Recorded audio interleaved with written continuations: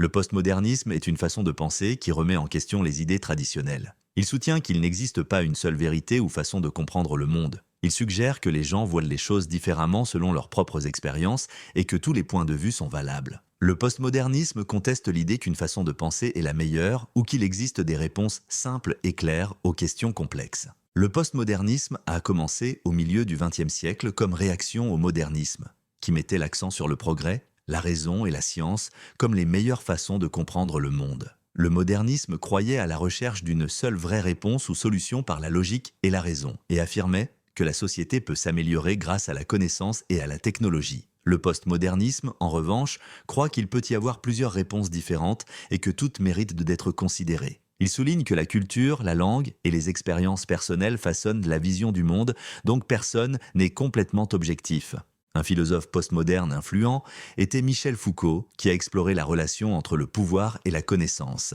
Foucault soutenait que ce que la société considère comme vérité est souvent façonné par ceux qui détiennent le pouvoir. Il a étudié comment les institutions comme les écoles, les hôpitaux et les prisons utilisent la connaissance pour contrôler les gens et maintenir leur autorité. Pour Foucault, la connaissance ne concerne pas seulement la découverte de faits, mais aussi comment les personnes au pouvoir peuvent façonner notre compréhension de la vérité et de la fausseté. Cette vision remet en question l'idée que la connaissance est toujours neutre ou objective, ce qui reflète la croyance postmoderne que la vérité dépend de la perspective. Le postmodernisme a aussi influencé l'art, menant à un style qui valorise la rupture avec les règles traditionnelles et le mélange de différents styles. L'art postmoderne utilise souvent des objets ou des images du quotidien pour remettre en question ce que les gens considèrent comme de l'art réel. Par exemple, Andy Warhol a utilisé des images de produits courants comme des boîtes de soupe pour créer de l'art, remettant en question pourquoi certaines choses sont considérées comme précieuses ou artistiques. Les artistes postmodernes peuvent mélanger différents styles artistiques,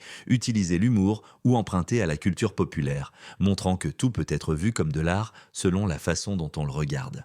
Un point fort du postmodernisme est qu'il encourage les gens à réfléchir de manière critique à ce qu'on leur dit et à reconnaître que la perspective de chacun est façonnée par ses propres expériences.